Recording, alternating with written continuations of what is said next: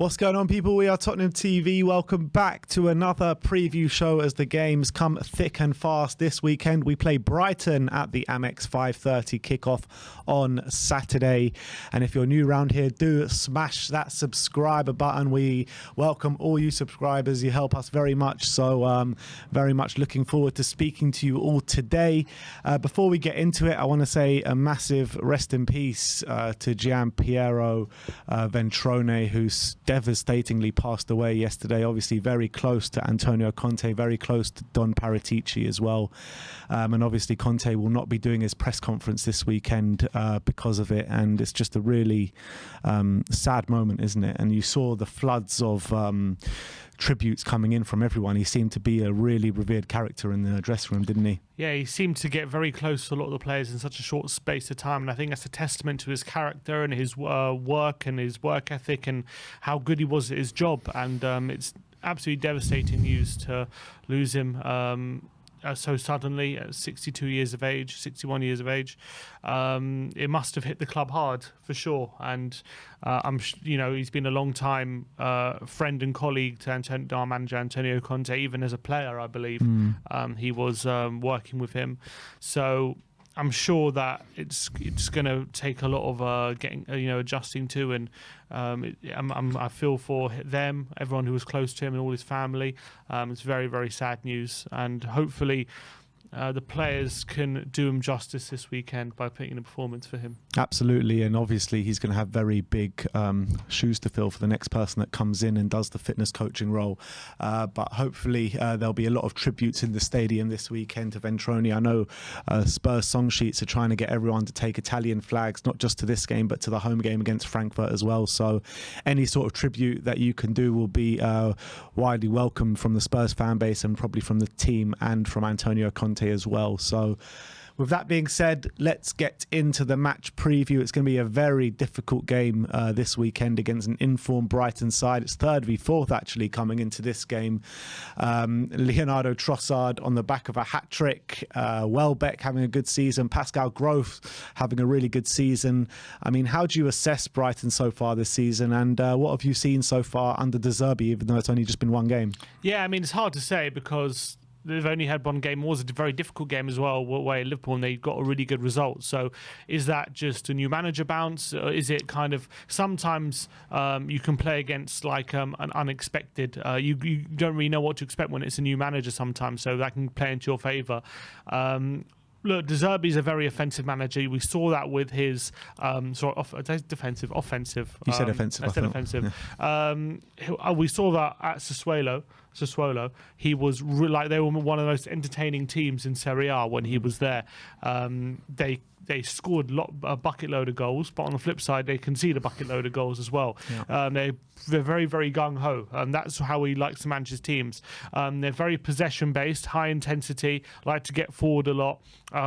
They like to play very offensive, and maybe that would suit Brighton because Brighton under Potter, in every game, I know that they maybe were a bit more defensively solid than De Zerbi seed teams, but they definitely like to dominate possession. They definitely like to, even against the best teams, would like to get their foot on the ball, get a bit of possession and play on the front foot.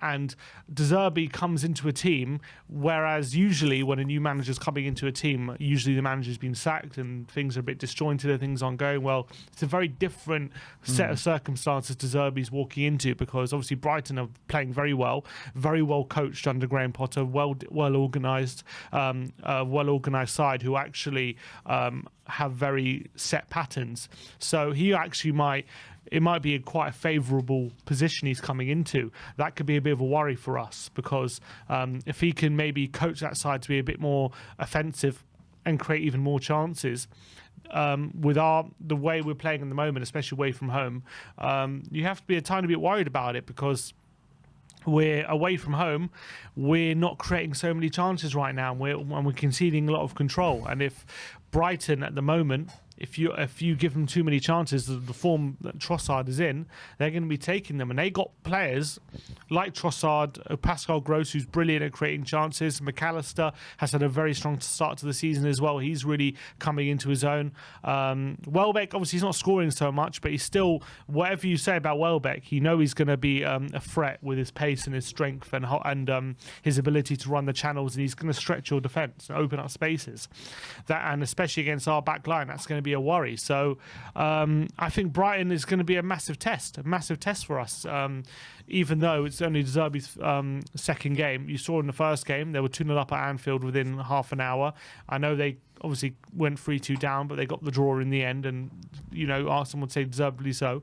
So it's going to be a very, very difficult game, I envisage. And I've just been reading, apparently, when Conte and De Zerbi meet, they've met 4 times in Serie A, and there's been 19 goals in those 4 19 games. goals, yeah. Wow. Conte is unbeaten, 3 wins and a draw. But in there's been a 4-3 win, there's been a 3-3 draw, and then there's been a 3-0 and a 2-1 win. You're saying we could be in a bit of a classic on Saturday. Potentially, if previous games between De Zerbi and Conte are anything to go by. When you're looking at the form coming into it, we highlighted obviously Brighton coming into on very good form. Spurs not on the greatest form in terms of the last 2 or 3 games, but playing well not playing well, but getting results on a whole this season. When you're looking at the last 5 games between the clubs, a bit of mix and match there. 3 wins, 2 losses. Both those losses coming in 1-0 Trossard, for 1-0 for Trossard. But when you're looking at our games at the Amex, how do you usually feel like we fare there? I know, we've won 1 and lost 1 over the last couple of games. I think we struggle. Usually, to be honest, I don't remember too many games where we've come away from the Amex thinking that was an easy, simple win. It's usually a very, very difficult game, and I envisage the same, especially under Graham Potter. Whenever I think Pochettino lost there 3-0, Mourinho lost there 1-0. So we've had some really difficult games there. Last season we had a very good result under Conte, but then then a couple of weeks later they beat us. So they beat us at home. So recently it's been very difficult ever since they've had that more possession-based offensive style since Potter's come in. Under Houghton, I think we did okay, but since Potter's come in, it's been very difficult. So now De Zerbi's there. It's a new era for Brighton. Hopefully we get more joy there. And I envisage if we play our cards right, there are going to be chances for us. 100%. I feel that. But it's whether we can be a bit more aggressive, be a bit more higher up the pitch than we have been recently, not be too pen back and too low block and concede too many chances. And I think we have a very good chance of winning this game. Notable there, our away form hasn't been great. This season, 1 win in 7 games away from home, so that has to be improved on. And Brighton's home form has been good. I think I just said 3 wins in their last 4 games, the other one being a draw at home. So definitely they're coming into this. Yeah, they got a loss in there as well, but and that's in 5. So I'm beaten in 4, 3 wins out of 4. So they're coming into this in good form. They're going to be confident. They're playing well. They've got good players. So it's going to be very difficult for us to get all 3 points. But obviously, if we play to our potential and we've got the better players, I think if we can just keep it as tight and aggressive as possible, there will be chances for us to exploit them, and hopefully we can take those chances, which we haven't been doing recently. Yeah, no, I think you're absolutely right. And there's a lot of questions within the Spurs fan base in terms of what system to play this weekend. Obviously, a lot of Spurs fans are calling for the 3-5-2 for the past couple of weeks now, especially with Kulusevski out. I think it should be a really good opportunity why we should play that 3-5-2. Against Liverpool, they went 3-4-3. If you bring up their opposition lineup, this was the lineup that they played in the last game against Liverpool. So they had Welbeck up front, supported by Trossard and Gross, McAllister and Caicedo in the middle, with Estepinian March being the wing-backs, with Webster, Dunk, Veltman, and obviously Sanchez in goal. Do you expect them to go with the same formation, or do you expect them to maybe pack the midfield against, maybe because, it's quite obvious that if you pack the midfield against us, you've got a bit more success? Yeah, I mean, it's so hard to say because he's such a new manager. It's hard to predict what he's going to do.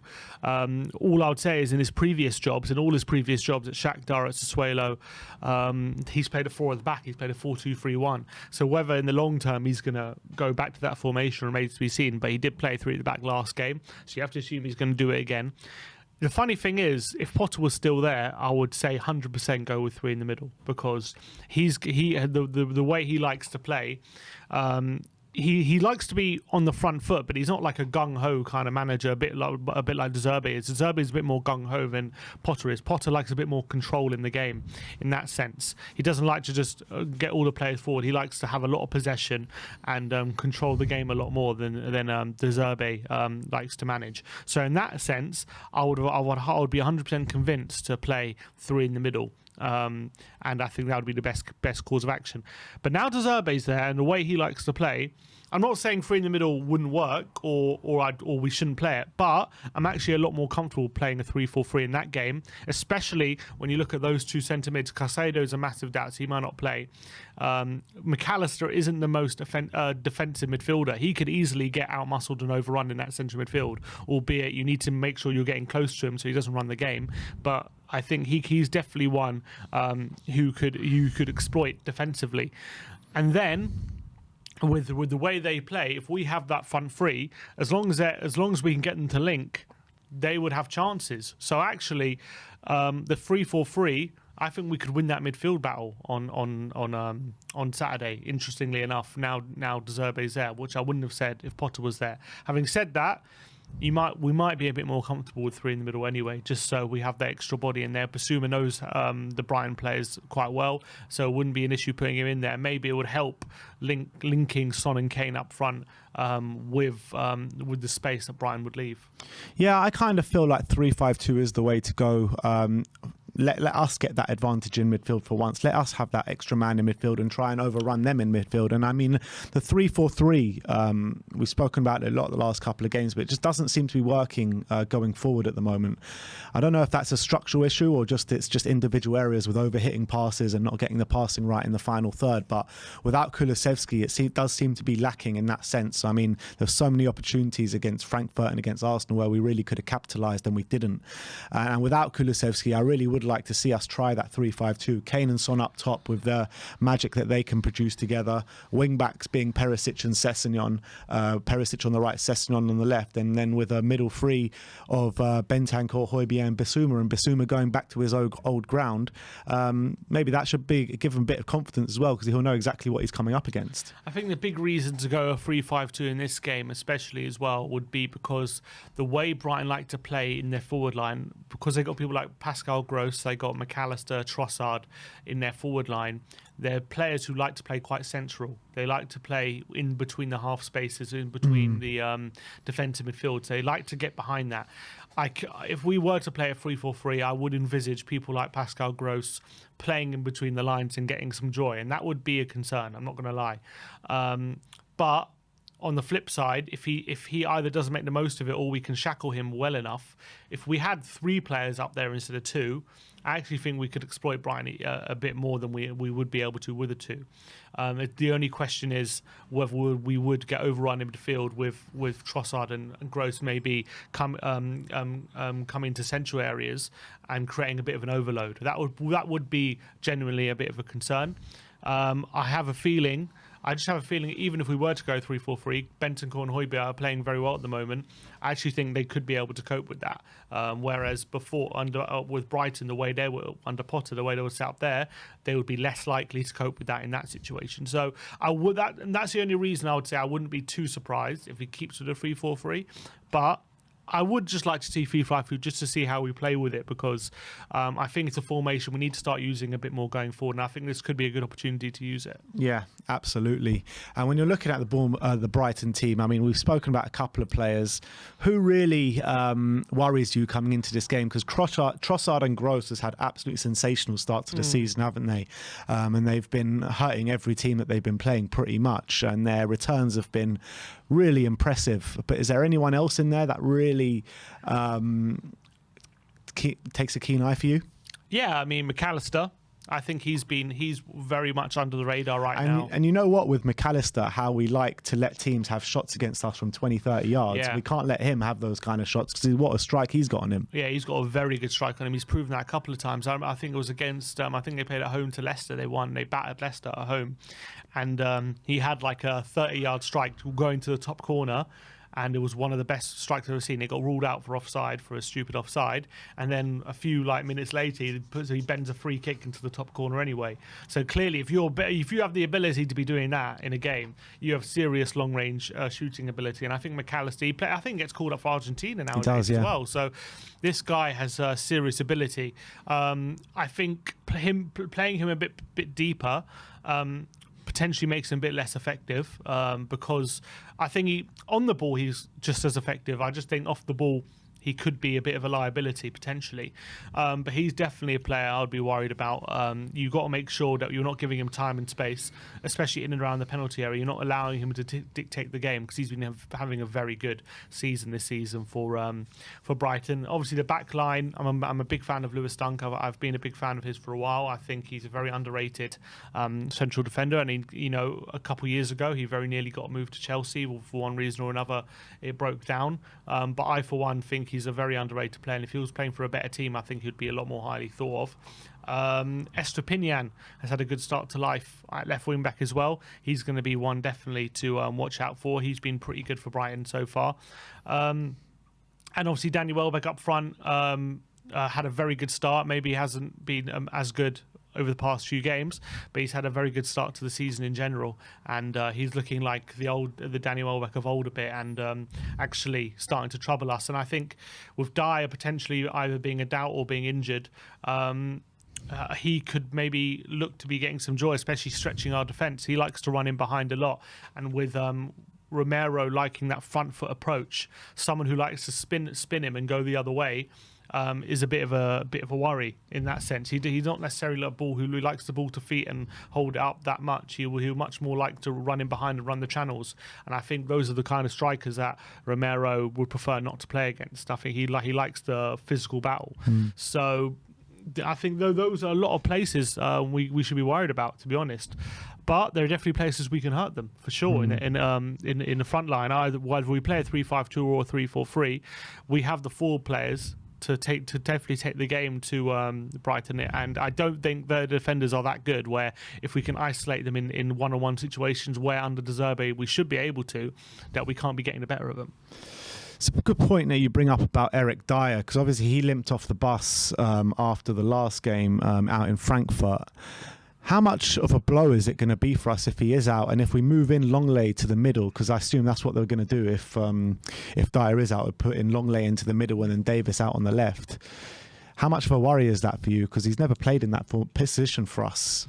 Yeah, not for us. In a way, I don't think. Obviously, he's played in a two a lot in his career, so I don't think playing in the centre would be a massive. It shouldn't be a massive issue for him. The only issue really is his communication is very important in that position. Being able to make sure that the rest of the back line are in position, leading the line. These kind of things. Can he speak English? I don't know. I think he's done some interviews, I believe. He has, yeah? Yeah, I think he's done some interviews, so I think he can speak decent English. But I believe the thing with Dyer is he can speak Spanish to Romero. He can speak like 4 languages. Yeah, he can speak, so that's a big role. The leadership, obviously the long range passing, I do think Dyer in that position is a bit better than Longley in his long range passing, but I'm not too worried. I think Longley can do that passing game out the back. But we saw Romero how he struggled in that position, being in the central. I know he only had a couple of goes there, and Sanchez was on his right. But when we did play it that way, it was very different to when he was playing on the right. He just had a bit more responsibility in that central park, and also aerially, you need to be a bit stronger as well. That's why I would worry a bit with Longley, but I believe that with Davis helping him on the left, and he would have that protection, I think he could potentially step in quite well in that role. With Romero is an interesting one, because obviously I think he only played one game there in the middle of a back three, and obviously it wasn't a great game. Was it against Brighton when he played in the middle of a back three?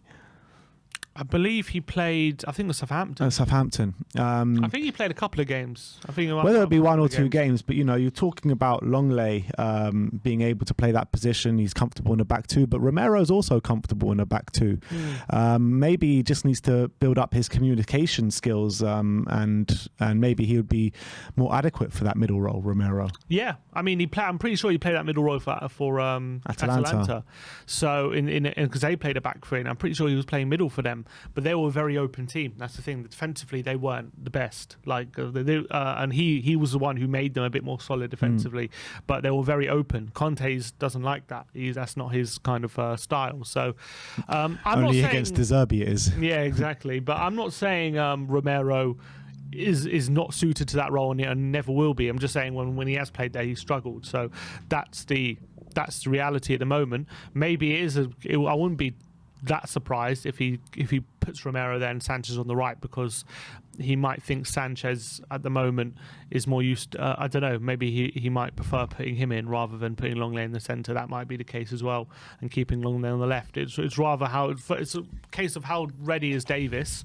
And does he prefer in the centre? Does he prefer Romero there or Longley? It's a big question mark.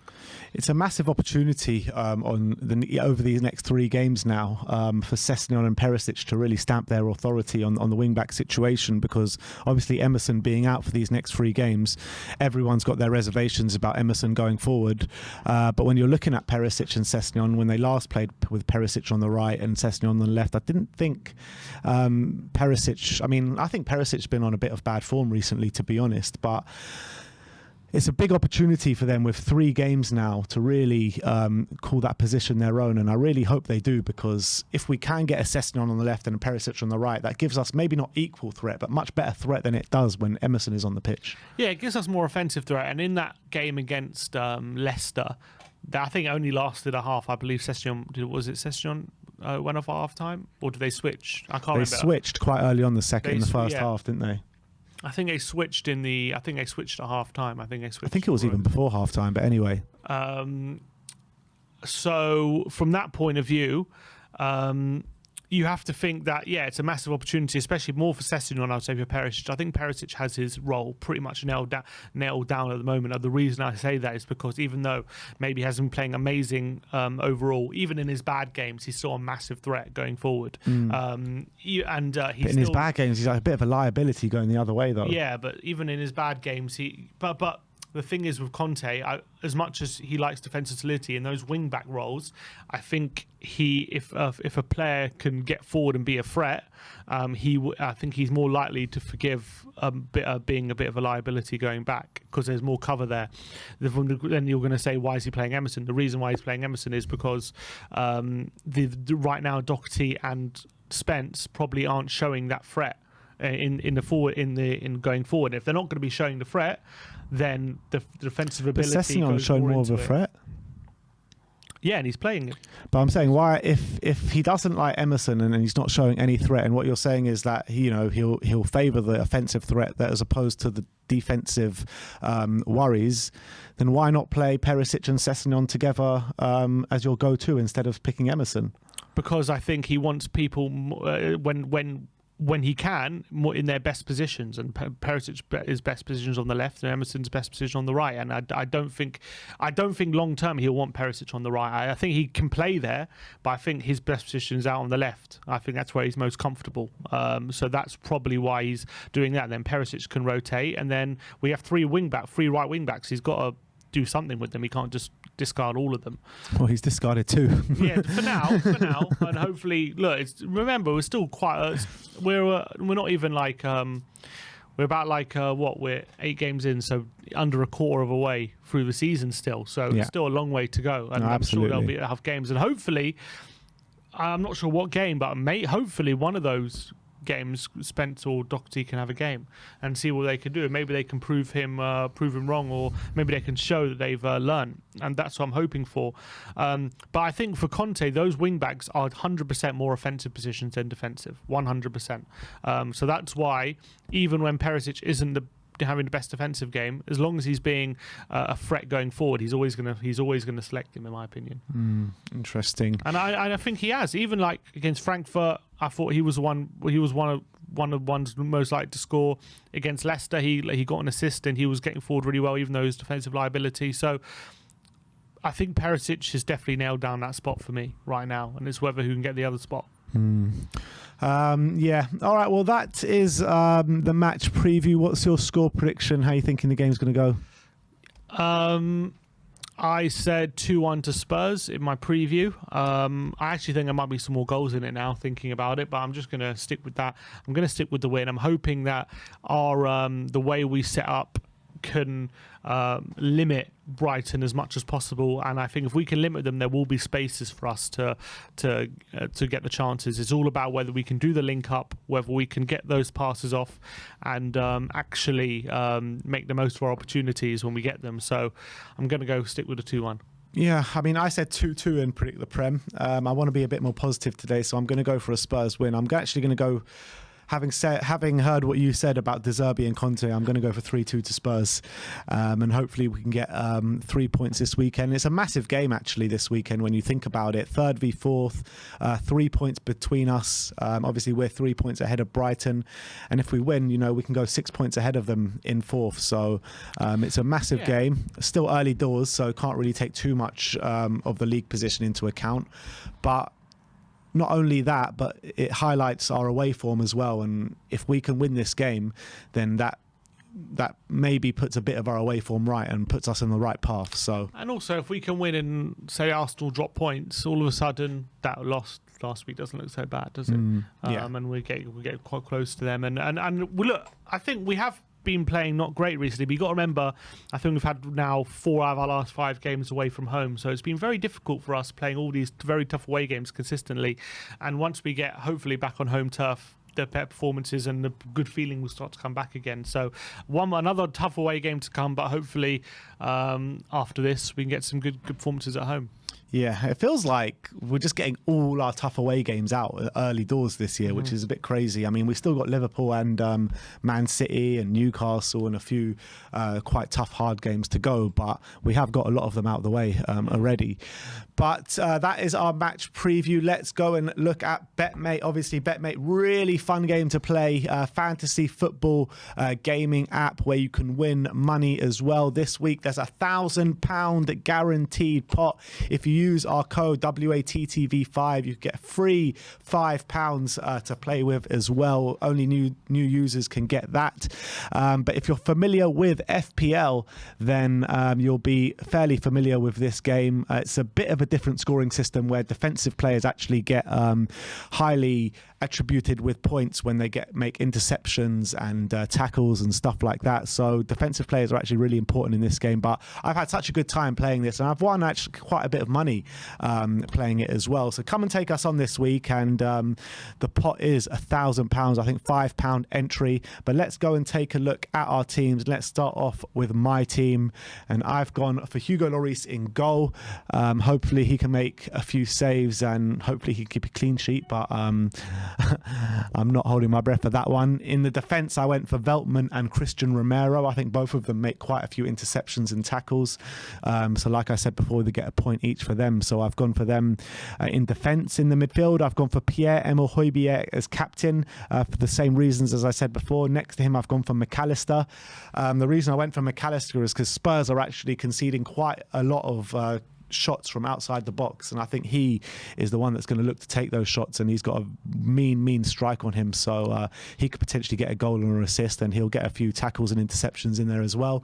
And then I went for Kane and Son up top, need I say more, but my captain is Højbjerg, my vice captain is McAllister, and obviously the captain gets double points and the vice captain gets times 1.5, so that's my team. I've gone for a slightly different one. My team is Sanchez in goal. I'm hoping that Spurs can have a lot of shots against him, and he's going to make a few saves, although I don't think either team will keep a clean sheet. So it's who's going to make more saves. I'm just backing Sanchez. Sessegnon and who have I got there? Estupinian at the back. Estupinian left wing back is going to make a lot of tackles, interceptions on that side. I believe, especially up against Perisic. I think Perisic is going to play there. So I've got him, and Sessegnon, I just think he's going to want super motivated to take his chance up against Solly March as well. So I think he can make a lot of tackles. In midfield, I've got at the moment Caicedo and Bentancur. Now Caicedo is injured, so I might have to take him out. And he's my captain as well. So he's a bit of a tackle interception machine. So I thought he was going to get a lot in this game, but I might have to take him out. Maybe put someone like Basuma in. But I've got him and Bentancur in the team. Bentancur playing quite well at the moment. Good form, yeah. And then I've got Son and Kane up front with Kane as my vice. Subject to a bit of change, but that's my team at the moment. Yeah, obviously you can change your team up until 5 minutes before kickoff. So once you see the lineups, you can make a few adjustments. Just as you were reading out your team there, I was actually thinking Basuma could be a good shout for Betmate this weekend if he starts, because he's going to be going at it, I think, at 100 miles an hour if he plays against his old club on Saturday. I think if Basuma plays, I'm actually going to put him in. Yeah. What are you thinking about Basuma? Yeah, I'm thinking as well, because he's, especially with the three in the middle, he's going to want something to prove. And I'm looking, I think he's gone under the radar a bit because he's signed with a lot of fanfare of being a brilliant, one of the best centre mids outside of the top six. It hasn't happened for him so far, but I think it could easily be one of those players who's just taken a bit to settle in, and once he does, he's going to really show what he's all about. So I'm still very excited about Basuma, but unfortunately it just hasn't happened for him just yet. I got a feeling if it was any other manager, we would have seen so many more minutes of Basuma so far. Yeah, potentially. Yeah, and I think Conte, I think he knows a situation where he doesn't want to put too much risk in when we're fighting for points at the moment. He wants to keep us as competitive as possible. So he wants to go with his tried and tested, but hopefully Basuma can prove that he's could be a very valuable player for us. All right. Well, come and take us on Betmate this weekend. Like I said before, it's really, really fun to play. If you love FPL, you're going to absolutely love this game. Taking on other fans, and I think the top certain amount really get paid well. So put your money where your mouth is and come and join us. Really low stakes, really fun to play. So get involved. But that is our match preview for the big Brighton game Saturday evening at the Amex Stadium. We've got some super chats to get through as well. Rich Frith, member for 3 months, says big up from Savannah. Spurs 3-1 winners tomorrow. So confident Richard. And Jaden says, well, he's been a member for 2 months, and he says, us Spurs fans need to force Levy out. Well, I could see someone celebrating in the back end there when we say that. But look, I think it's time to bring on some guests. Before we do, if you're new around here, do smash that subscribe button and also scroll down and smash that like button. Really helps us with those algorithms, doesn't it, Sim? And 100%. And if you've got something to say and you want to put a comment in, send us a super chat. We'll read it out live on the show and react to it, and we'll discuss it. And so let us know if you've got anything to say. Put in a super chat and we'll share it live on air. Yeah. All right, and let's start off with our first guest of the show, and he goes by the name of the Daigle. You all know by now, Mr. Daigle. How you doing? I know for a fact Jake's in the back end. I know for a fact Jake's. Why is that? Because Jake always says either the Daigle or Daigle when I put Brian Daigle in. So is it Jake in the back end? It's not. There we go. So it's become a thing now. Okay, but guys, muzzle tough on you having the headsets ready and working. There you Thank go. you. Only Thank for you, mate. Brian. Exactly. We made a conscious effort. So we need to be ready for Brian today. But how are you, boys and everyone? Everyone good? Yeah, everyone is good. How you doing, mate? Yeah, away from everything. Yeah, I'm okay. And very anxious for this game, I've got to admit. But I think with you just saying about Basuma, I've got a funny feeling if we go 3, it'll be Skip. You reckon Skip is more likely to start than Basuma? Yeah. It's not beyond really all realms so. of possibility. I thought Skip looked really good when he came on against Arsenal, didn't he? Yeah, listen, I love it, but I also think, as I said on the fan show after, I think that Basuma's getting a little bit of the Spence treatment. In all honesty, not to the extent, but he's only getting a few minutes here and there. Obviously, he had the game against West Ham. When he comes out in the media, he's not talking very, very positive about him. And it could be just because of what he's saying, but I've just got a little feeling. I honestly think if he goes 3, it will be Skippy. I mean, he has spoken about him not being tactically ready yet, but he also did say last week that he's working really well with Højbjerg and Bentancur. And people only really seem to comment, focus on the negative comments about Bissouma, not really the positive comments. Do you read too much into that? Tell you the truth, I'll be honest, I hadn't heard or seen that interview where he said that. So that's a good thing to hear, and maybe he is coming out of it. Maybe what I just said is wrong then. So maybe I am wrong, but I just got a feeling it will be Skippy. I think, like you were saying, he wants to try and get as many points on the board before the World Cup. He knows what Skippy offers him, doesn't he? He got to use him a good amount of time before he picked up that injury last season. So I just think he may have at the moment a bit more faith and confidence in Skippy than he does Bissouma.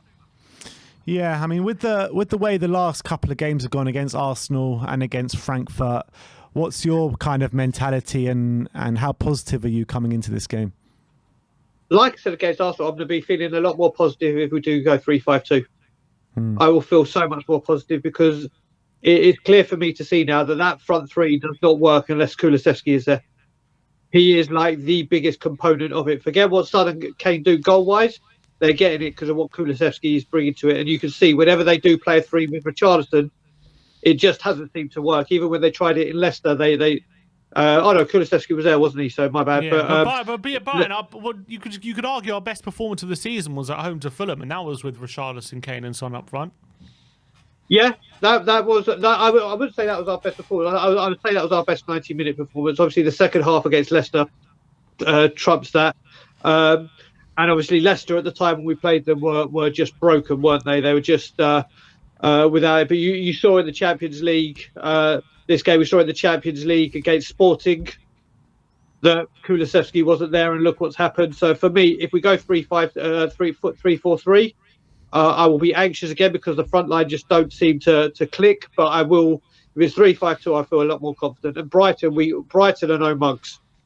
Brighton have been, I mean, they were very impressive under Potter last season. They just couldn't turn draws into wins, beg your pardon. But this season they seem to have done it, and now they've got a brilliant result at Anfield. Brilliant result, and they've been playing great football. So I think this is going to be a very, very, very hard game. A real tough one. And I think the 3-5-2 will make it a lot easier for us. What were you two going with?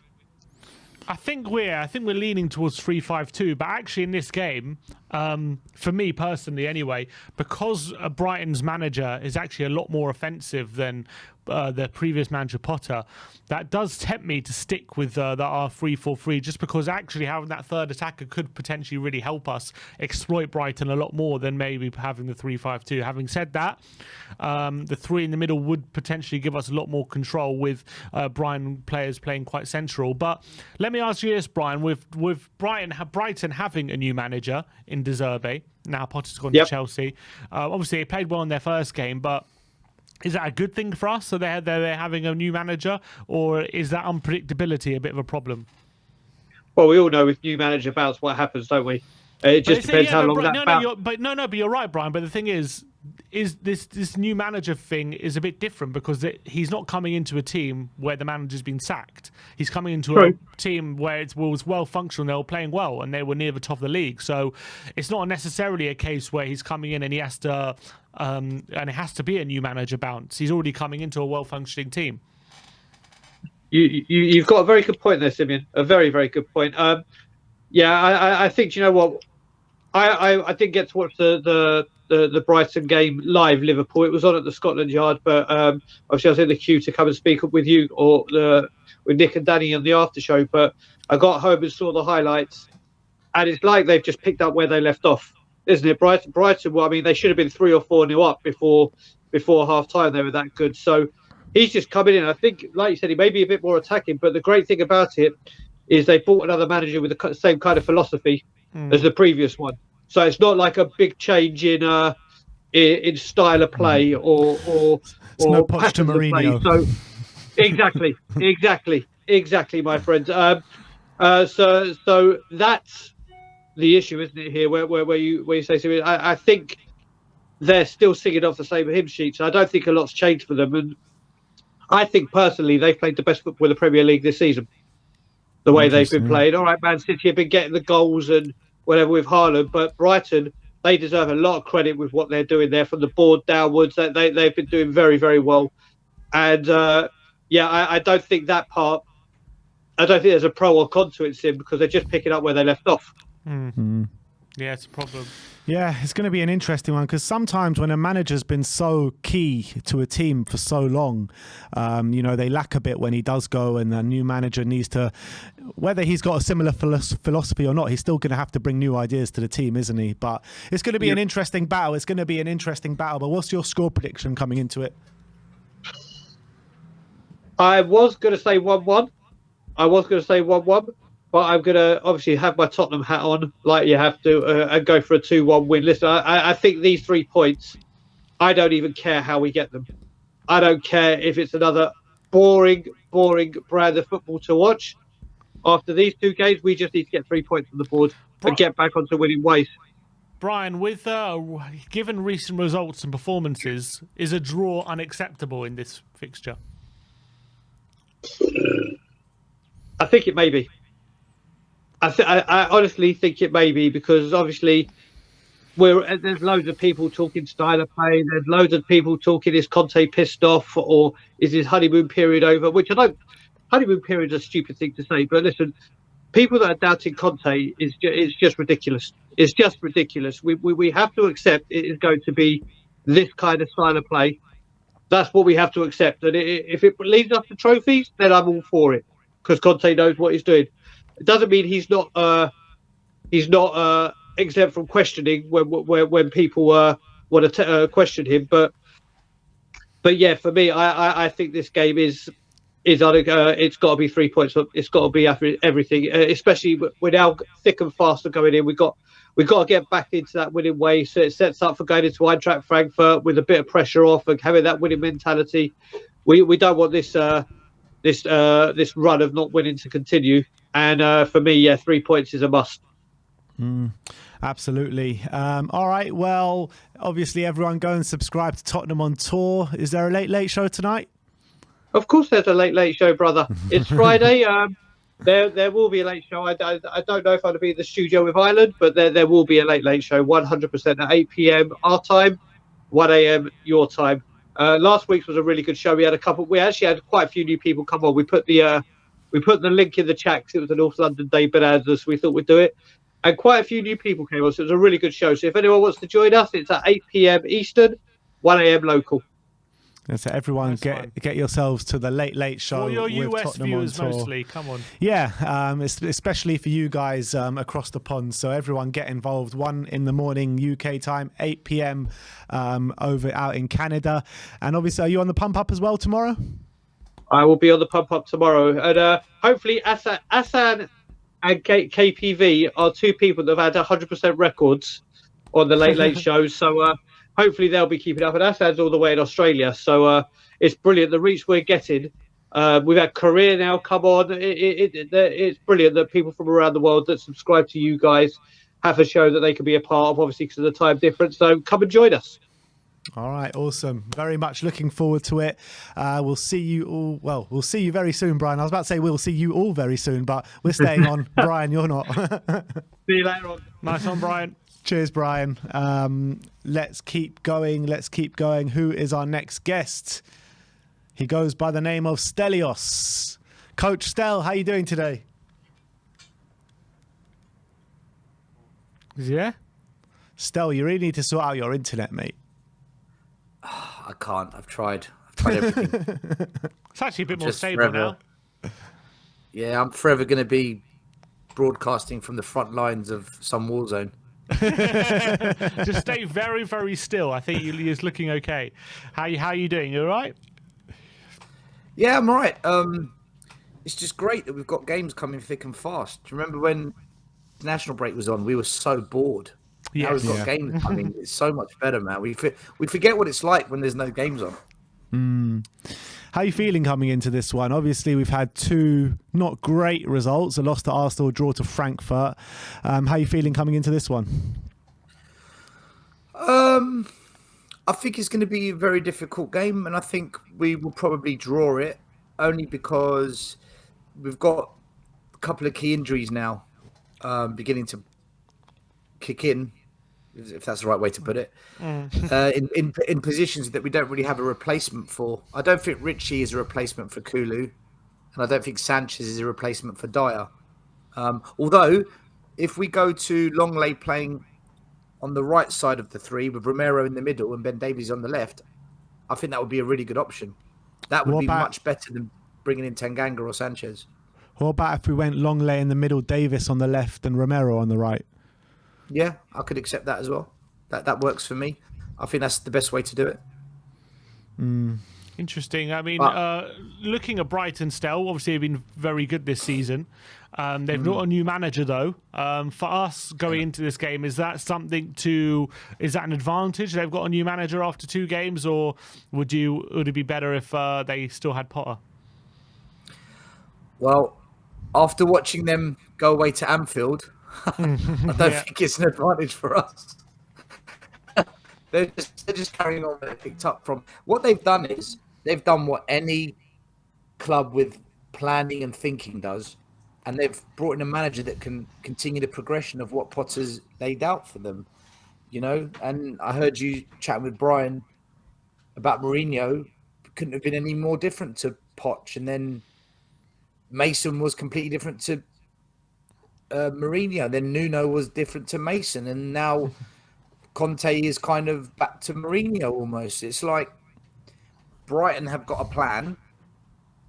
Doesn't look like we do. But we still have got quality. And regardless of performances, you know, not being enjoyable in the eye, and a lot of fans are moaning about it all the time, our defence has been pretty robust. We didn't concede against Frankfurt. Yeah, I know we conceded against Arsenal, but in general, defensively, we've been decent this year. Yeah, it's a good point. It's a good point. On the system, obviously Brighton went 3-4-3 in De Zerbi's first game against Liverpool. Would you like to see us pack the midfield, or do you think we're just going to see more of the same 3-4-3, Richarlison on the right? Do you know what, guys? It's such a difficult question because like I think I understand why Conte keeps being, as fans call it, stubborn with the 3-4-3. It's because the strength of the team is the front three, and he's trying to play to our strengths. Most of our creativity, most of our attacking action, and all of our goals come from the front three, with the exception of Perisic, who has kind of added to the creativity, and he does have quite a high involvement in a lot of goals and chances created. But otherwise, the front three is the strength. So if you take away one of the front three, there's always a trade-off when you make decisions as a manager. For example, if you're losing 1-0 and there's 10 minutes to go and you bring on a striker, what's the trade-off? The trade-off is we're going to have more attacking options and we're going to have more chance of scoring goals because we've got more attackers on the pitch, but we're now more susceptible to conceding a goal because we've weakened the defence. But that's the trade-off you're prepared to make.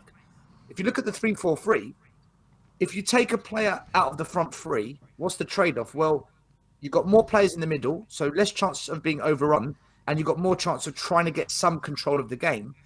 But you've now taken away one of the key strengths of the team, which is less creativity, less goals, less chances to attack. So, and that's the trade-off. And I think that's what Conte's trying to juggle week in, week out, that trade-off. And if you do go to a 3-5-2, where does that extra creativity come from? Well, you're now going to either ask one of the midfielders to be more creative. We haven't got an attacking mid. Or you've got to demand more from the wide areas and put more pressure on them. And as we know, the wide areas have been dog shit at Spurs. So the 3-5-2, I get why fans want it, but we've also got to understand the trade-off. And I think that's what Conte is battling week in, week out. I completely agree with you, Stel, and I think that's a reason why I think he's stuck with it for the time being. But in this game, De Zerbi is known for his offensive football. At Sassuolo, they were extremely kind of gung ho. They scored a lot of goals, but also conceded a lot of goals. Very kind of open.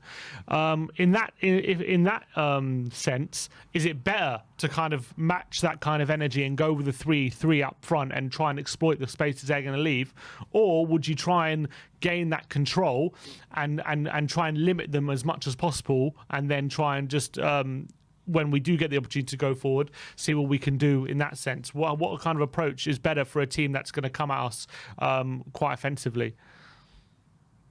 The best approach for us is to go with a back 5 and 4 in the middle, 1 up top, 4-5-5-4-1, because that way we just absorb the pressure. We're defensively resilient. We've shown it many times now, and just try and spring the counter attack. We did it to Liverpool. We did it to Man City.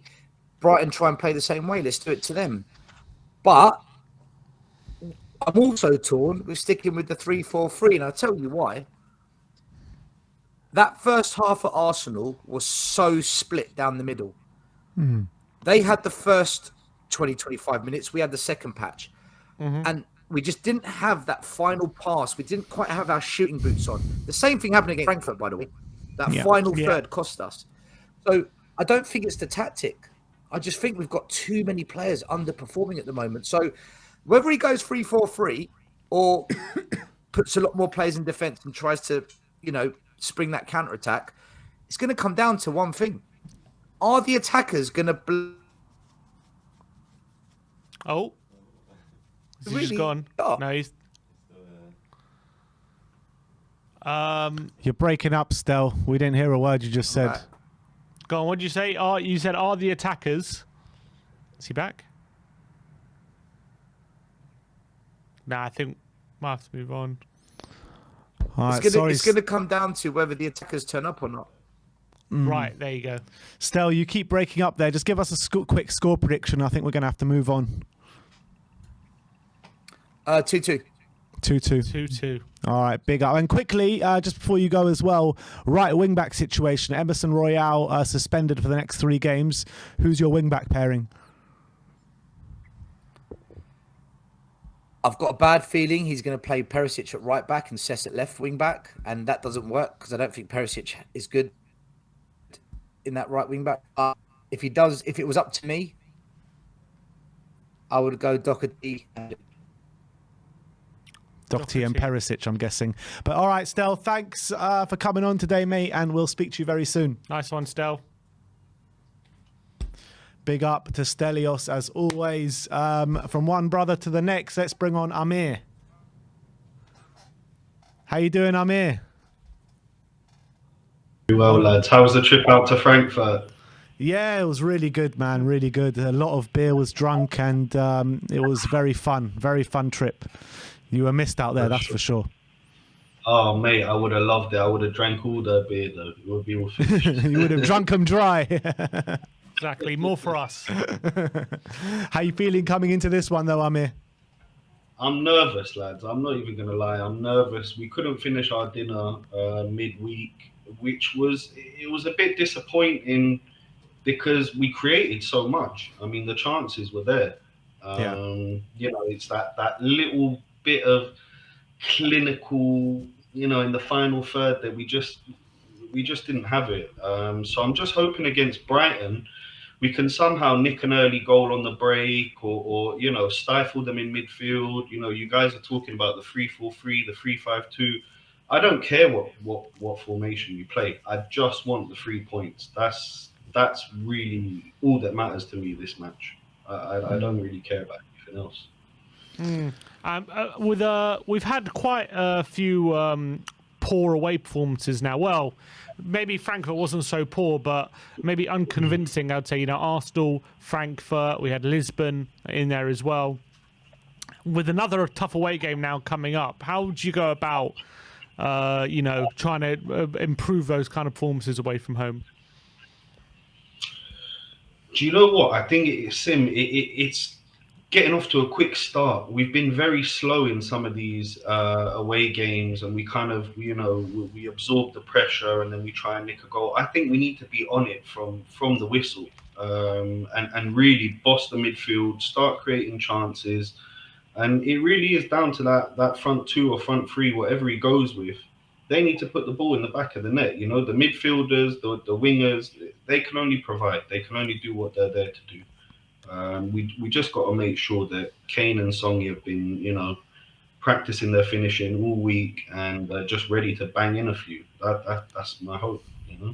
And when you're looking at Brighton, obviously they've had a really good start to the season, but Graham Potter's gone now. De Zerbi's come in. How do you think that's going to affect them? Is that going to play into our hands, or is it going to work against us like it maybe did against Liverpool?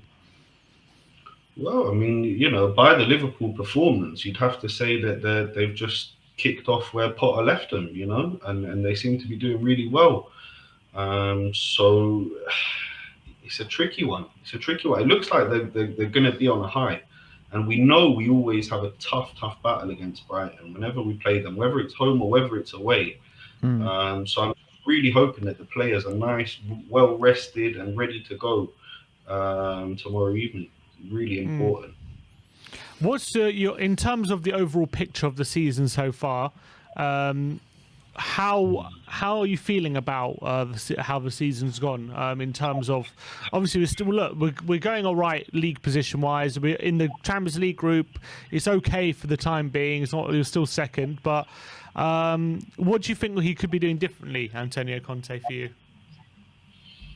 Do you know, the only kind of, you know, qualms I've got with him managing us is this kind of reluctancy to change tactics. When we've seen it before, we've seen us go to a 3-5-2 and play all right against Liverpool, Leicester, you know. So occasionally I would like to see him switch things up a bit. It's why I would kind of like to see a 3-5-2 tomorrow and see us boss that midfield and, you know, bring Richie off the bench or Son off the bench or, you know, whatever he decides.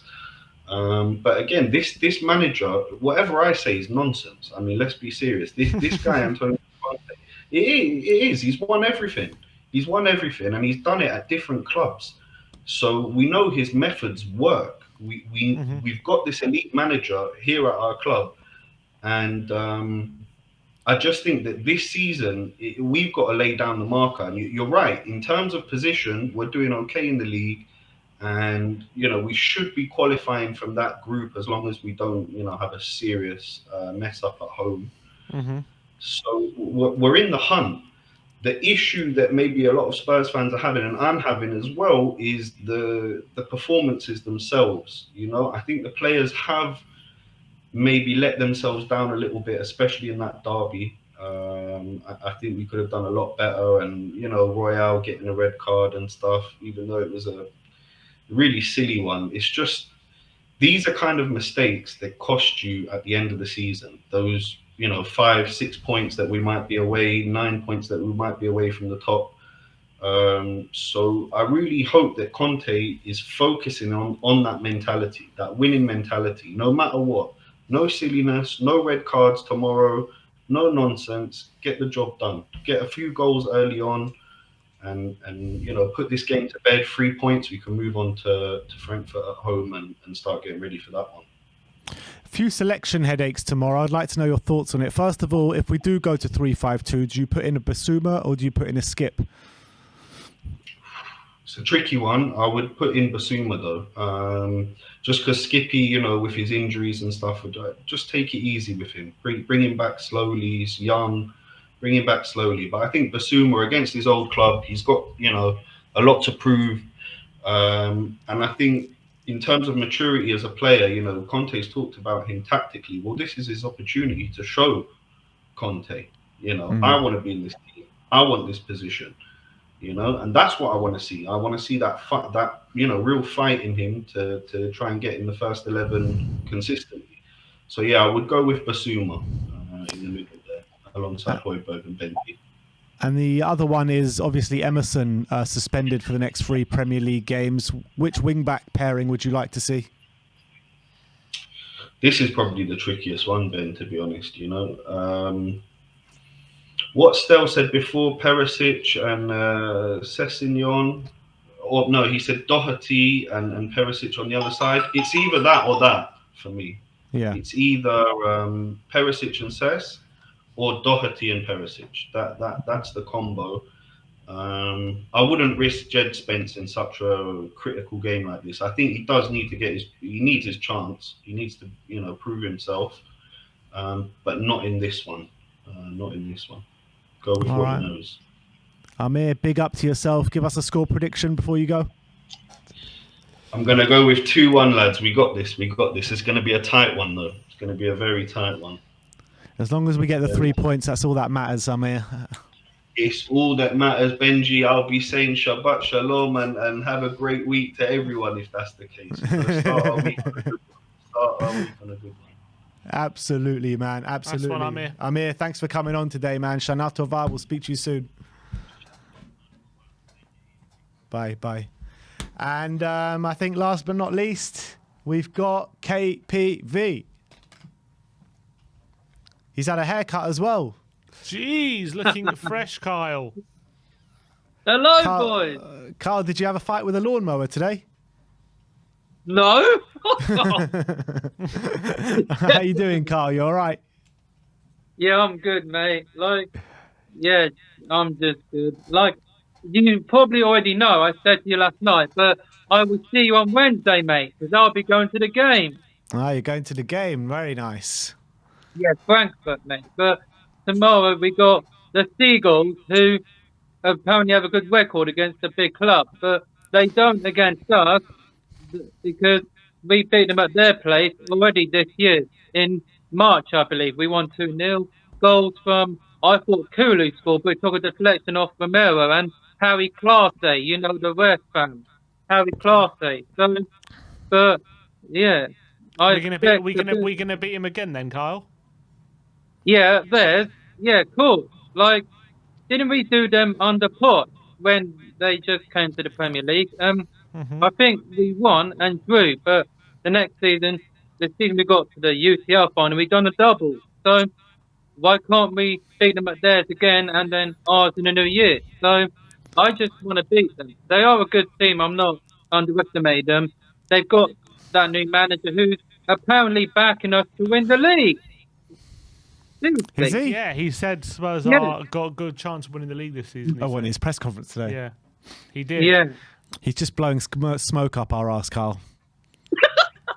He's blowing yeah, he is probably we want the smoke.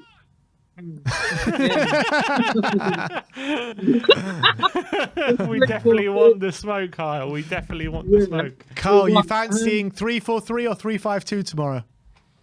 Well, as I just put in the little speech bubble, the 3-4-3 doesn't work without Kulusevski. So I want 3-5-2, not 3-4-3, because we'll just get done over in midfield.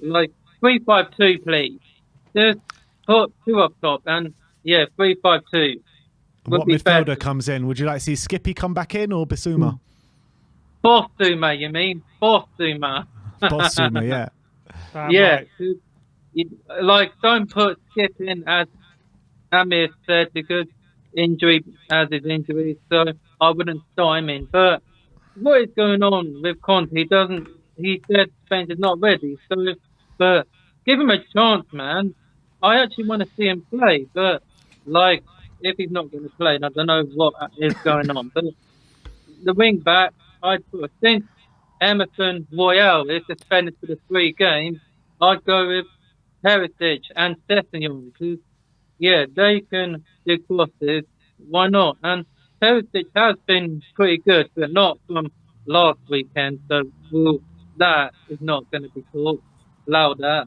But tomorrow, I'm going for 2-0 win against them again, as we did in March. 2-0. Romero Kane again, but not Romero this time. I'm afraid not. I'd go for Eric Dyer. Eric Dyer. Let's hope he's on the pitch, that's for sure. Let's hope he's available. He will be, mate. Don't you worry, because he's going to score again. He's already got 2, but can he make it 3? Oh, why not, hell Carl? yeah. Hell yeah. What did you say your score prediction is? 2-0. 2-0. 2-0. Repeat 2-0. from Mark. Love 2-0, it. mate. I love right, it. Kyle.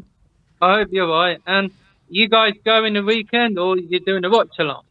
I think I'll be on the watch along. I think Sim will be at the game. All right. Well, fair play. And I'll see you boys Wednesday. Damn right. We'll see you then, Carl. Love Thanks it. for coming on today, my Looking friend, forward. and we'll speak to you soon. Nice one, Carl. Good, boys. Come on, you Spurs. Come on. And I think that is it for today, right?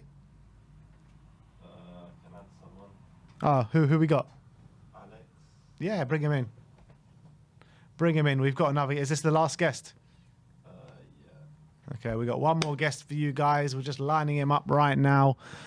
And get him on. Yeah, we'll get him on. But it's been an interesting stream so far today. I mean, people. Oh, we got box office coming on. We got a box office guest. Absolutely box office. It's time. Well, it's not KPV, but it's His time name for ain't. some, Go on. it's time for some home truths. Exactly. Alex, hit it to us, man. Well, here we go. You know what I mean? Because like people thought I was going to disappear after Sunday's appearance because the main event has to come out. You know what I mean, Mr. Box Office. You know what I mean? Like I said, you know, because someone tapped out of Henry Wright's show because they couldn't take my truths. You know what I mean? So one thing I need to say, because we need to get straight into it. We're going to get straight into it right now. Right. Okay. This whole thing about us playing fossil football, we call it fossil football. I just need to remind Tottenham fans, we weren't that great last season, by the way. We were playing the same football last season, right?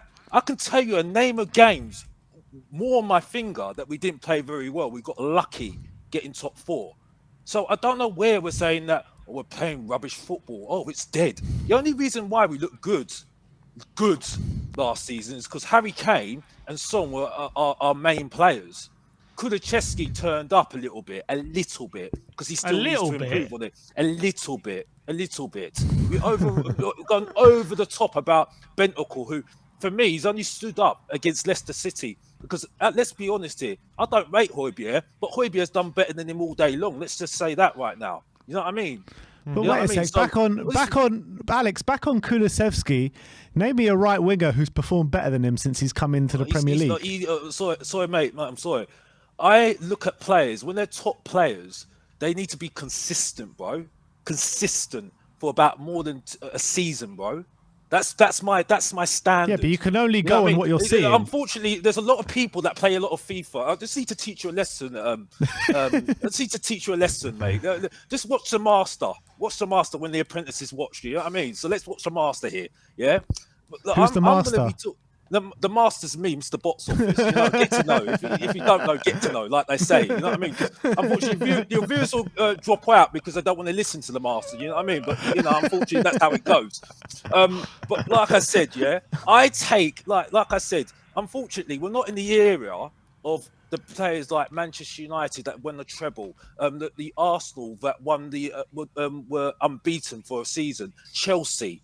That won the double with Mourinho and won the doubles and won trophies, what they've done. You know what I mean? We're not in that era anymore. The only era we've got is Manchester City. They're the standard. Liverpool were the standard last season and a couple of seasons ago as well. That's a standard I am looking at for a team that are elite. Yeah? Okay. You know what I mean? Arsenal at the moment are not elite. Yeah, we didn't get beaten by an elite team last week. Yeah, and also I need to remind people as well because they're making excuses for us losing last week. Yes, it was okay. We could have done better. You know what I mean? We should have scored our chances. Yes, but it wasn't because Emerson got sent off, man. I'm sorry. This waffle I'm hearing from Tottenham fans and we got sent off. We had 10 men anyway with Emerson on the pitch anyway. You know what I mean? You still could have done better after 10 men. So I blame Conte for that as well. But also, I need to say this to Tottenham fans. If you're saying to me you want to sack Conte, you are absolutely deluded. I've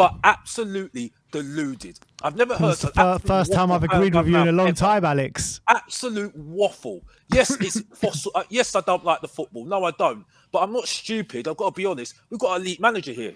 Who's coming in? Because I don't want Poch anymore. Poch is done. That was done a long time ago. You know what I mean? We've got Pratigy in charge. Do you think he's going to look at Poch? No. Poch is done. That ship sailed. He should have stayed when he should have stayed, man. So get over it. You know what I mean? We've got him. Yeah. As long as we get a Premier League, we've got somebody who can win us a Premier League. You know what I mean? Because I'm telling you now, right now, when Conte leaves, Kane's leaving, Son's leaving, Kulusevski's leaving, your hero Kulusevski's leaving. Romero is going to look at it thinking, oh, really? Do I really fancy staying at Tottenham at the moment? Winning Carabao Cups? No, I actually want to go Real Madrid and actually win Champions League. Thank you very much. You know what I mean? So I'm sorry, this waffle I'm hearing, you know? And another one as well, because we have to keep this short and sweet because you need to go home and enjoy yourselves. You know, this whole thing about this 3-4-3, this 5-3-2, this 4-4-2. I don't really give a damn right now. You know what I mean? As long as the players are settled and getting on what they need to get on with, that's all that matters at the end of the day. Yes, I want to see some good football. You know what I mean? But we're not going to play scintillating football when we've had the years, the bang average years, the last couple of years. You know what I mean? So at the end of the day, we just got to wait and see, and that's it. All I expect is that we need a trophy this season. You know, we need a trophy this season. Yeah, it's not an excuse. Top 4 is not good enough for us. We need a trophy because I've had enough of hearing that Kane and Son have not got a trophy, which is their fault, by the way, as well as everybody else as well. And which I'm not going to get into Levy anyway, because I'm not in that business anyway.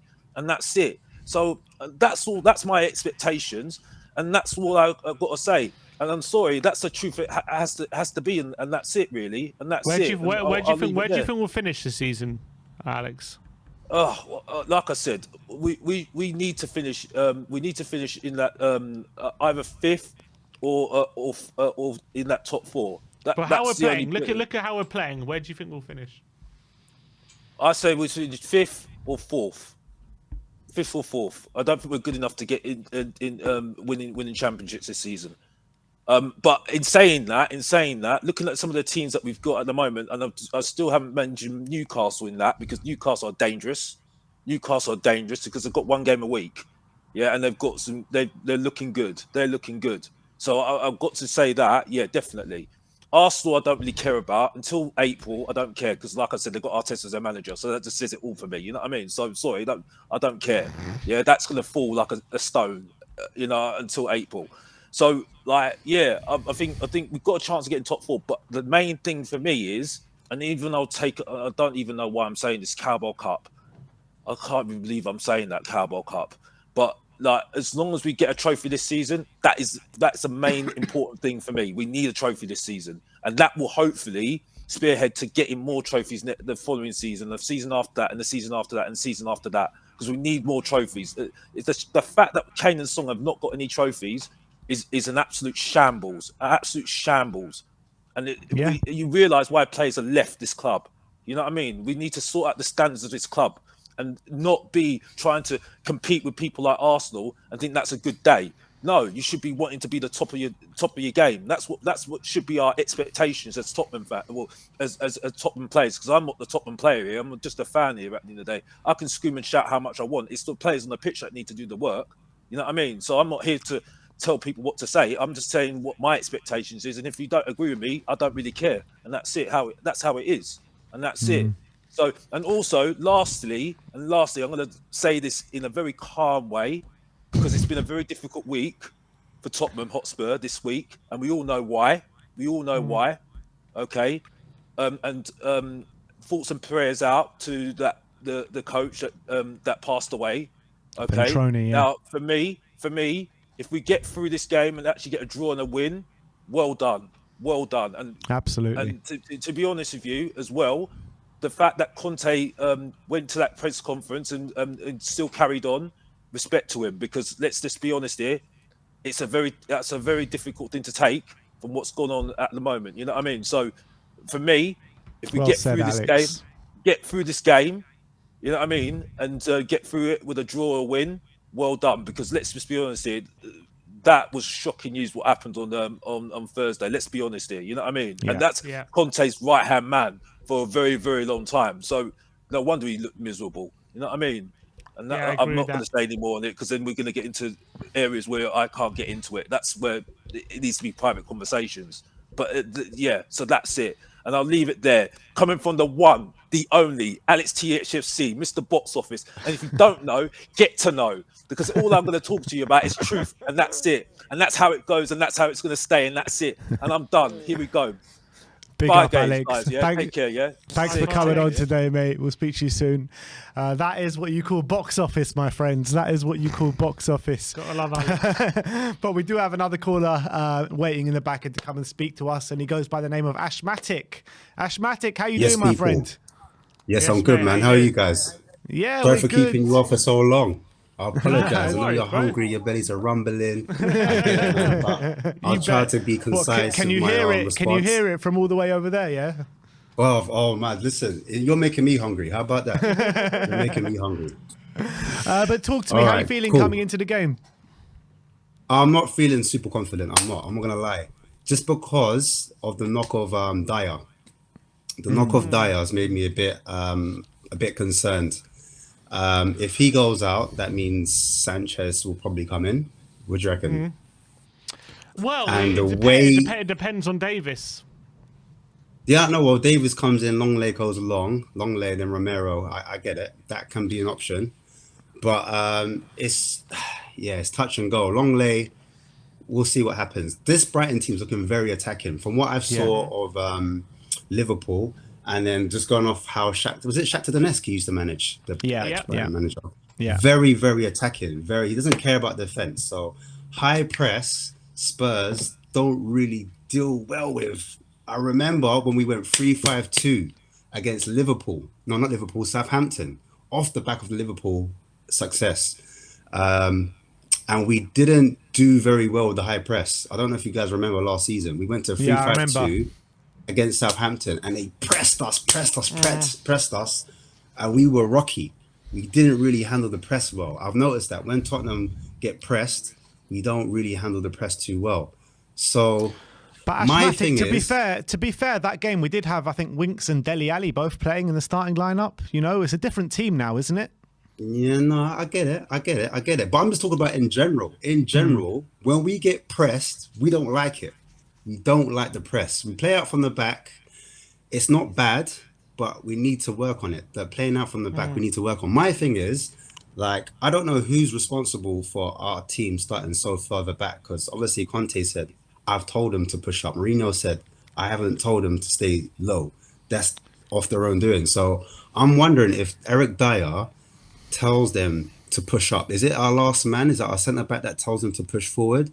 And if that's the case, I wouldn't mind seeing Romero switch over, because Romero is very forward thinking. He comes forward, he pushes forward a lot. And maybe that will help our team to push forward a lot, because in the 3-4-3, we sit back for some reason. I don't know why. But I am a fan of the 3-5-2, as I said previously, and Basuma being in that 3-5-2, because I noticed when we went 3-5-2 originally in Leicester, Basuma, for me, he's the jelly.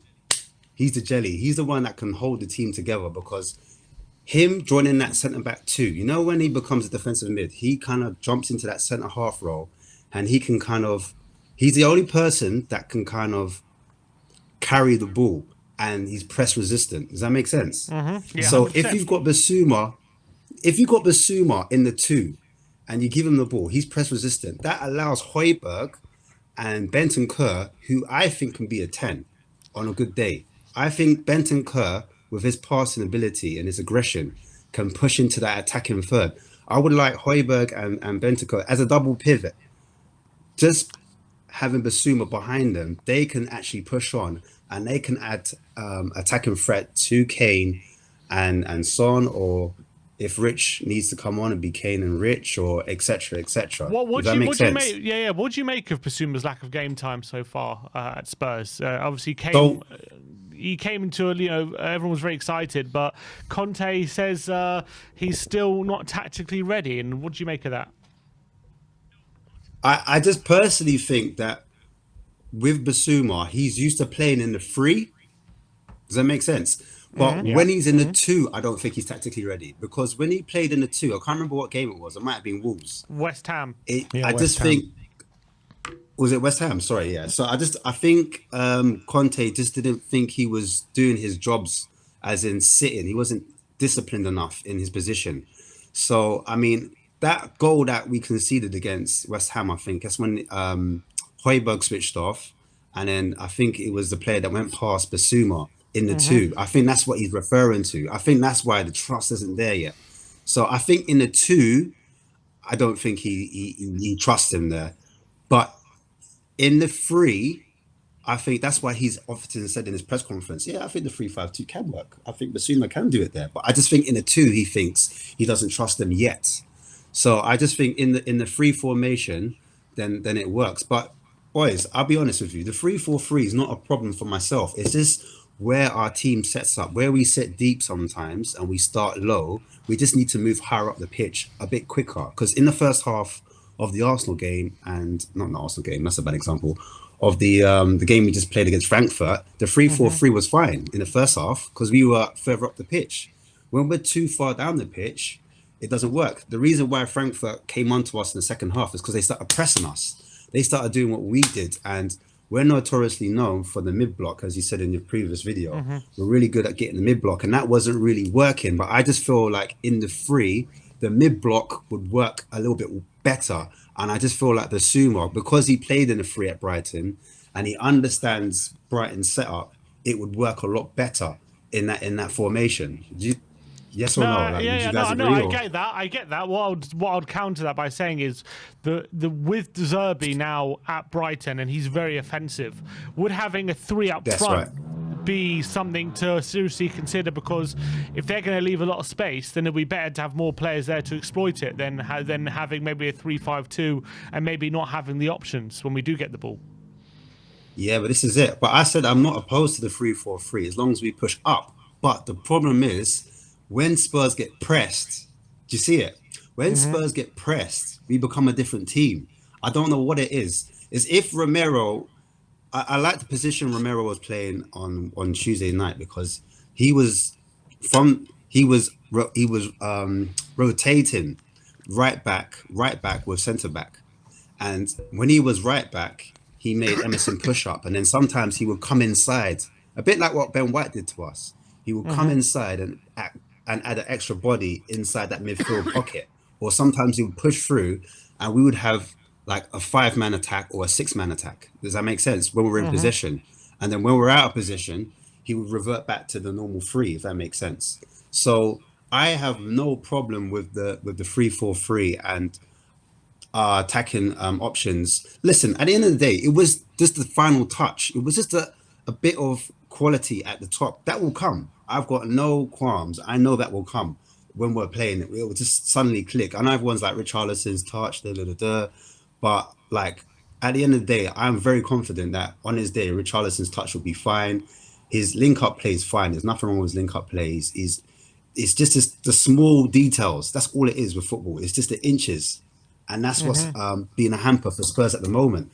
But I'm so confident it's going to happen. So I'm happy with the 3-4-3 and moving forward. But I just feel with this game, I just feel like we're going to get pressed a lot, and I just think having a Basuma in there and then having a Rich to come on and cause havoc would probably and it just depends on the opposition, Sim. At the end of the day, it depends on the opposition. Like you have to suit the formation depending on opposition. Sometimes it's a 3-4-3, like you said. So sometimes you have to go 3-4-3, and then sometimes you can see in the game that's when Conti has to be smart and say, look, you know what? 60 minutes in, we're still being pressured in that middle. Maybe we just stick. Just a bit like Leicester. Leicester was dominating us, even though it was 2-2. Leicester were getting the better of us, and then we were like, all right, let's get a man in that midfield. Let's shore it up a bit. Rich ain't playing too well. Let's take Rich off. You know, like you could just manage the game. You could just see what's going on, and that's all that needs to happen on Conte's side. He just needs to see when it's working, when it's not quite working, and just revert to it quickly. And then I think we can turn over games. But I think Basuma in that hole, like I said, if he plays a centre back or quarterback role, just drives that ball forward, gives it. And you know what? I don't even want Basuma as a pivot. I want him as a DM. Further down the line, I think he can become a pivot. But right now, in that 3, just make him DM. Don't make him go past that halfway line, or depending if we're in their half, don't let him go past the D. Just literally give it to Bentancur, give it to Basuma. Let Kane push further forward, because if you've got Bentancur and Højbjerg in those positions, then Kane can push up. He hasn't got to drop into that hole. Do you see it? And then he's more effective. Exactly what you're saying. Yeah, 100%. I think. And then even when we're doing the 3-5-2, when you've got the wing backs. What I was noticing was when Perisic whips the ball in, you had Emerson arriving. I know Emerson's suspended, so it won't be Emerson. But whoever's playing wing back, they join the attack, so it becomes a 4 men end up in the box. And that's why when you said that stat, it made sense that we're number 1 with touches inside the box, because the wing backs get involved. So you've got a lot more overload. So Tottenham are very attacking. We just don't look like an attacking team because in that second half of the pitch, we have got no one to carry it. We haven't got any ball carriers. Do you know what I'm saying? But when you got Basuma, the jelly, in there, it just makes sense. Højbjerg could carry. Bentancur can carry. Do you know what I'm saying? You could even give it to Sonny because Sonny can come inside the left. And I see people saying, oh, like, you've got Perisic there. That's the reason why he's occupying Son's space. But there's a time when to go, when the space will open up, when teams are pushing onto us, like Brighton will, they're going to push onto us. There's going to be space in behind. It's going to be acres. So 100%, I agree we'll be with able to carry it.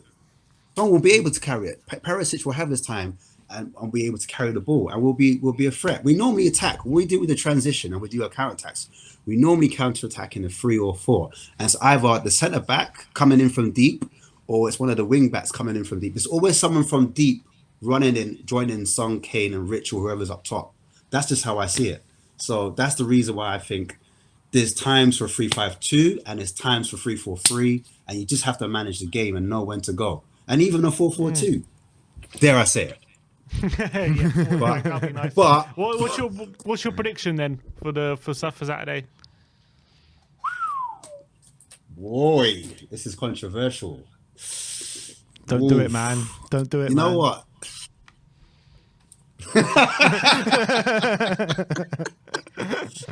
To zip my mouth. I'm just score draw, lads. Score draw. This is going to be 2-2. Do you know why I'm worried? Because of the centre back situation, because of the press situation, and because Conte's head's gone. Because they're going to try to be professional, but obviously the fitness coach has passed away, and that's just added another element. Do you understand? So if things aren't going our way, because don't get me wrong, we're going to be up for it because we're going to do it for the Don. Do you understand? We're going to do it for the fitness coach. We're going to be up for it. But let it get past the first half. Let it get past the second half and we haven't scored, or something's not going our way, or they've scored. Trossard, Trossard's going to be a problem. Trossard.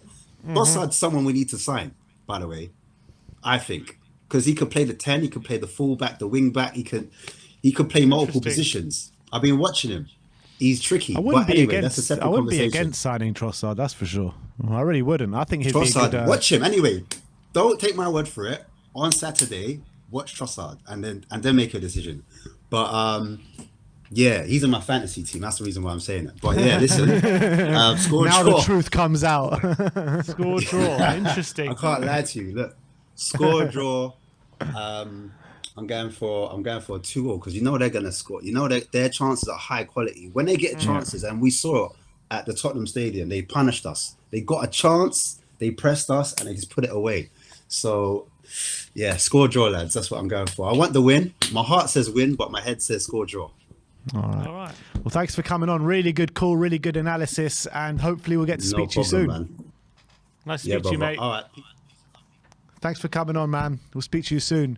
I believe the lines are absolutely really busy now, so we'll have to get through them a bit quicker. But next up is Asan. Asan, don't roll your eyes. We'll keep you on for as long as you want, mate. Oh, you're on mute. There you go. It's our fault. No, it's fine. Now we can hear you. We can hear you. Okay, cool. How you doing? You all right? Yeah, I'm all right. How are you guys? Yeah, all good. Looking forward to the game tomorrow. How you feeling coming into it? I'm a bit nervous, I guess. I know Brighton, they're a strong team, not a team to be taken lightly, and we haven't been playing all that well, so it could go either way. I think a lot of people are going to want the 3-5-2, and I think it has to be a 3-5-2 for a number of reasons. I think, of course, if you're playing a possession-based team, it's always good to have 3 in midfield, just to match them up. And also, I think for preservation of our squad, Lucas is injured, Kulusevski is injured. We don't know when they're going to be back. And if you play Richarlison, Kane, Son for Brighton, then Frankfurt, then Everton, and then Marseille, what if they get injured? Then we are down to 2 players. I'm not taking Hill as a forward, but it'll just be left with Kane and Son. So I think out of preservation, we have to play 3-5-2 and maybe bring Richie on when you want to switch to 3-4-3. Saw Dyer hobbling around, so that's a bit of a concern. I wouldn't risk him because I think we're going to need him. It depends what way he goes. Does he want to push Romero to the center or Longley to the center? If it's Longley, is Davies fit enough? Will he want to risk that? He might not. So, me personally, I think it would be Longley, Romero, Sanchez. Which isn't But is great Sanchez considering good Brighton enough? like to press. Yeah, I know. I think he probably doesn't want Davies to get re-injured. So he might hold on him. And against the pressing team, I don't know how Sanchez is going to do.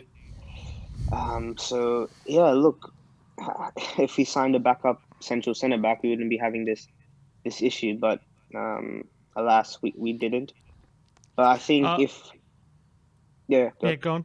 No, I was going to say, with Conte last week, he was speaking in his press conference. It was midweek, talking about the fans clamouring for him to use Spence a bit more and maybe Doherty a bit more in the wing backs. And he kind of said, look, the fans always want what they want, but I'm the manager and I always pick what's right for the team. And trust me, I see what I see in training and things. Having said that, there has been a lot of clamour for him to use people like Basuma and Spence more and maybe manage the squad better. So what's your opinion on how he's managed the squad? And is he right to say what he said in the press conference? Look, Conte is always brutally honest when it comes to press conferences. He'll say how it is. Sometimes he might not mean what he says and the translation comes off a bit off. But look, clearly Spence and Doherty aren't doing stuff. Maybe it's tactically they aren't going up and down the pitch the way they want to. Maybe Doherty isn't fit enough.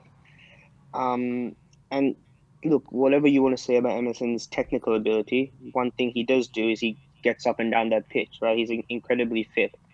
And at the end of the day, Conte is going to prefer someone who can do his work tactically over someone who's going to be this skillful dribbler, but he's out of position, 50% of the time. I think that might be the issue with Spence. With Doherty, I saw some of his performances against Ireland in the Nations League or whatever, the international friendlies, and it wasn't pretty. So I don't think Conte was too impressed. But what that brings is another issue, because against Brighton, I fully expect him to use Perisic on the right and Sessegnon on the left. And if he does that for Brighton, Everton, and Man U, that means Perisic has played a lot of games, because I expect him to play the Champions League games as well. I don't know if Sessegnon is going to start the UCL games. So if Perisic gets injured, because you got to remember he's 33 and he's playing the most energy-intensive role in our team. If he gets injured, it's like, okay, now our best left wing back is gone. Our best wing back is gone. So now Sessegnon has to start, right? And then he's going to put Emerson on the right because he doesn't trust the other people. So then we're back to square one where we were last season. So he has to weigh the risk and the reward.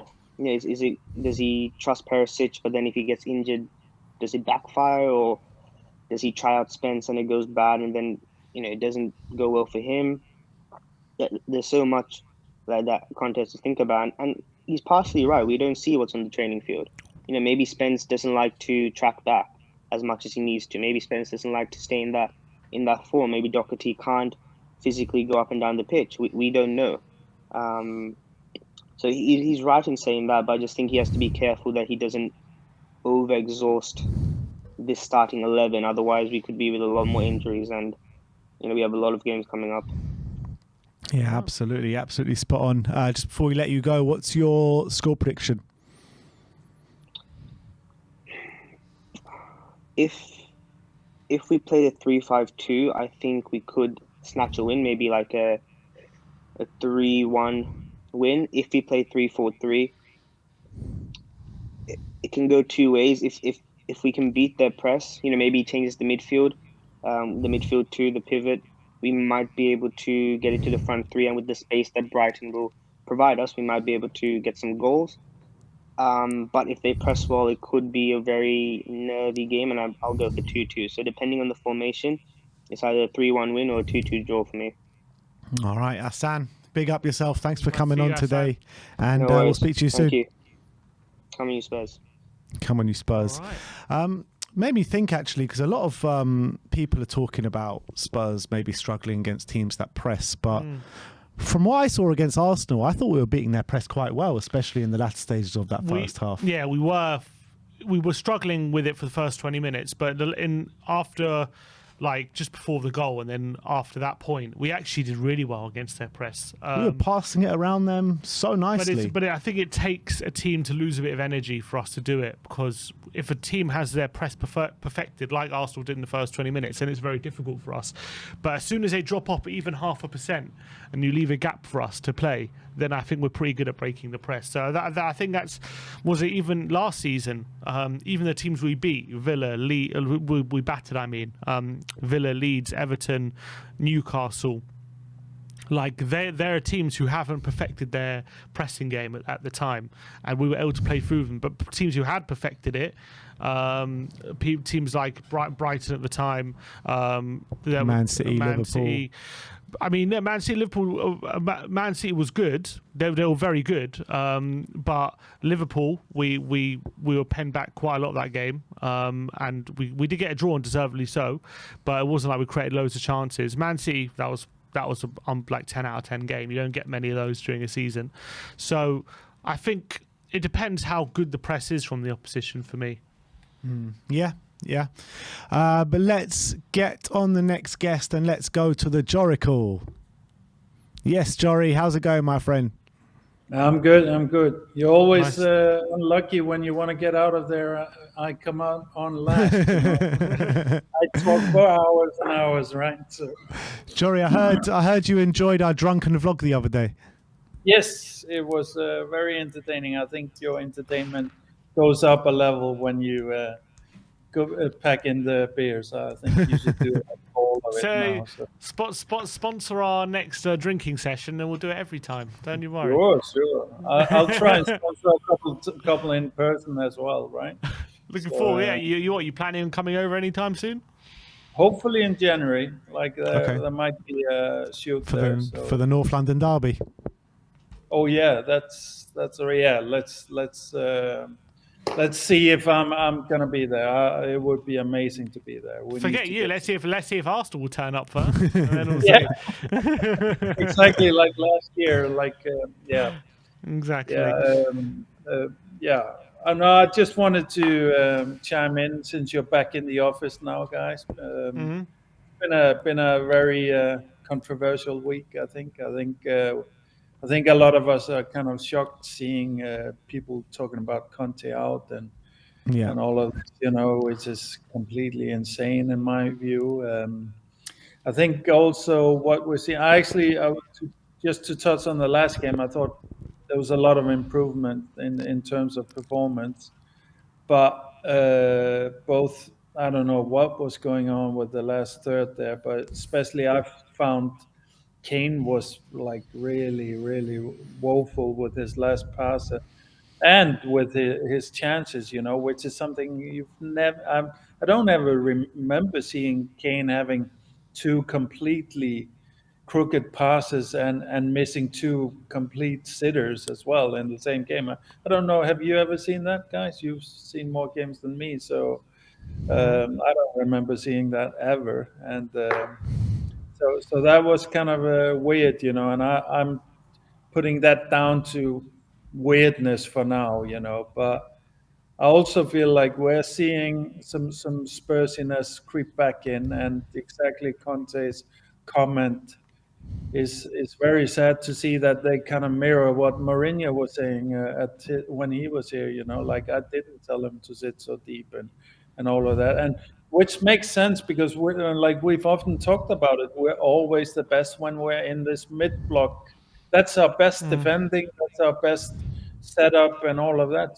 So we've never been a really convincing team when we're sitting really low. So.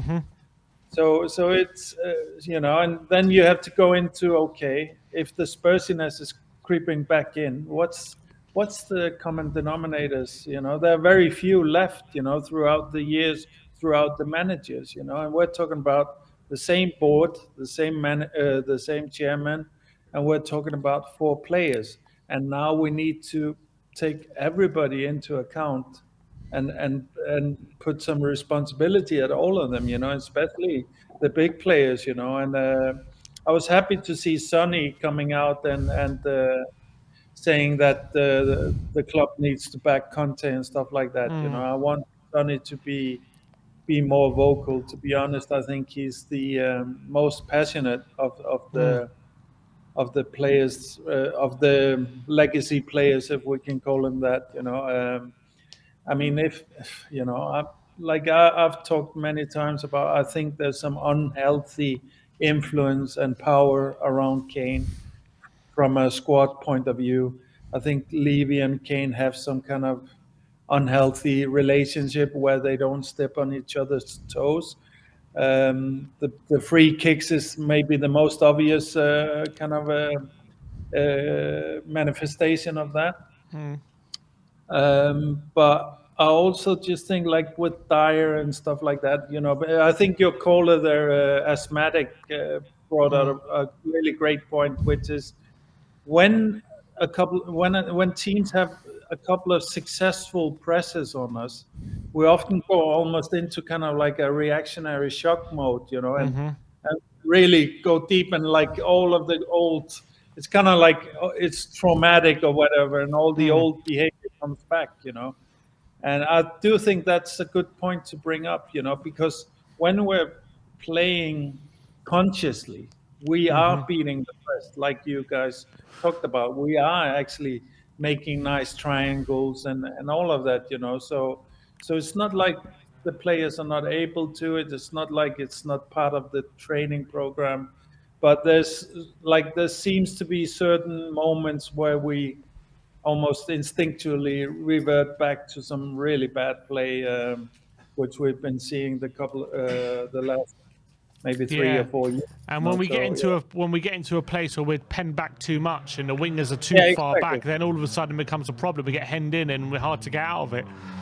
Yeah, and we get scared. It's like we lose our courage, and that's when we can't have I was really, really pissed with Lloris, because I really saw it from the start that he was scared of the game.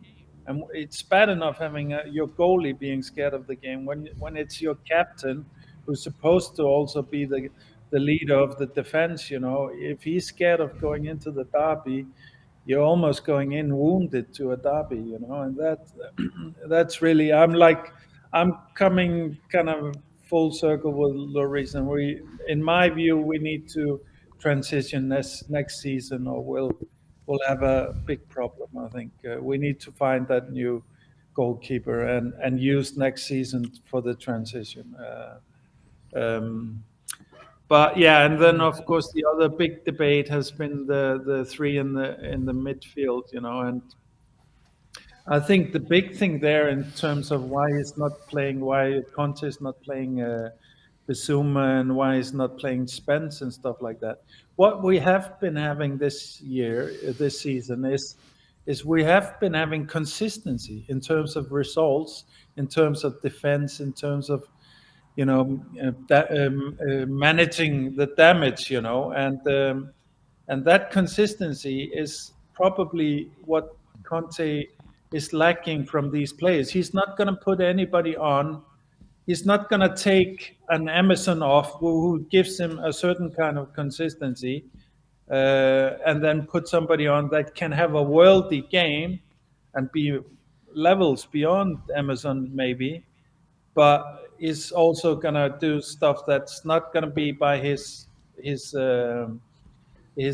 book, So he's trying to remote control a team here, and you need to be able to take his instructions to a T before you're getting on that pitch. So I think that's the main thing. That's at least with Bissouma. I think that's the main reason why we're not seeing Bissouma more than we are. So I think, to be honest, if we're going to see a 3 in the middle, it's going to be Skippy coming in, and Højbjerg is going to go forward. What would you like to see, though? What would be your preference? No, Would I that be think your that's preference? good. Yeah, I mean, I think if Conte feels he's sacrificing consistency with a Basuma at this point, that he needs to drill him more, he needs to get him more introduced into his ways of setting up. I mean, I would be happy with a Bentancur, Skippy, and Højbjerg midfield for sure. And I think Højbjerg is really good going forward. And I do think we'll see the Denmark Højbjerg more if he has two really solid defenders behind him. You could even push Bentancur forward. He's been showing a lot of good form. I thought both Højbjerg and Bentancur were great in Germany, to be honest. Yeah. I thought Bentancur was maybe a little bit even better than Højbjerg there. You know, it's all almost there, but I do worry a lot about the Spursy element that I'm seeing there, because I know there's only so few people that are bringing that back, you know, and the question becomes how to deal with it, how to get over it, you know, and yeah, I don't know, maybe I don't know how you were there, you know, did you, like, I mean, you must have been shocked of Kane's performance, for example. I mean, I was the whole front three, to be honest. I won't just put it on Kane, but I thought Richarlison, Sonny, and Kane. I think the rest of the team, I think, all put in really good performances, and it was the front three that really let us down on the day. And it was a similar story, you know, in the back end of the first half against Arsenal, where we really could have, you know, stamped our authority in that game. And it's the front three actually that are letting us down in the last couple of games. But that I would say Richarlison. I mean, what's shocking is because we're used to Kane being the best in the world, basically, or top five in the world, and seeing him do something that's not at least in the top 20 is shocking for me, you know. So it wouldn't be shocking if it was almost any other player, but seeing Kane doing stuff like this is shocking. I thought Sonny was the best of the three, to be honest. And I think his touch is back now. Now it's a little bit more about overthinking and you know, just, yeah, maybe positionally also tweaking that. Richarlison wasn't shocking to me because I've seen him play like that for Everton, you know. So this is maybe the low end of Richarlison that we were seeing there, you know. So I'd seen that before. I've really never, like I said, I can't remember ever seeing Kane. I've seen Kane have bad games, but I've never seen Kane miss two sitters like that. I've never seen Kane scuff two key passes in key moments like that either, you know. So that was really unusual. And, you know what they say, Jory, form is temporary and class is permanent. Exactly. He'll get it back. He'll get it back. I was going to get to that exactly, Ben. I was going to say, so I'm not really going to be worried for now because this is something that's so out of the ordinary for Kane. So also the other thing coming up to this weekend now is that even though Brighton's looking an amazing team, an amazing club, you know, and hats off to them, we can at least rejoice in they're more attacking now. I think that's at least going to work a little bit with us, you know, even though they're very dangerously attacking now. I think always, you know, attack means space for our players to run in behind and stuff like that. And that's always going to be a good thing, I think. So, yeah. So having said that, score prediction? It's still going to be a tough game, you know. I've been way too optimistic for a long time now, so I'm going to go. You're not going for 4-1 this time? No, not 4-1 this one. No, I'm going to go for the clean sheet, and I'm going to say 2-0. So, all right, still fairly positive, so I'm liking it. All right. I'll take it. I'll take Very it. Positive. But Jory, thanks for coming on today, my friend, Nice and we'll speak to you next time. Great show, and keep drinking those beers, you know. It's better you bet. I don't know if my tummy likes it too much, but I'll keep doing it. I don't care about your tummy, you know. So. See you later, man. Bye. All right, do we have anyone else? No. All right, so that is it from today. Just before we go, got a super chat from Wolves Fire saying, Brighton, Spurs, Perisic just to nick it, 1-0 to Spurs. And a new member, right. 4-score, N17 as well, N7. So big up yourself. Thank you for joining the family. And we'll see you all very soon. Predicted lineup will be on the way. Just a reminder that the Late Late Show tonight, well, tomorrow morning, 1 in the morning, UK time, 8 p.m. If you're watching over in Canada or around America. And then obviously tomorrow we've got all the match day content. The pre-match pump up with David Harris, Brian Daigle will be there as well.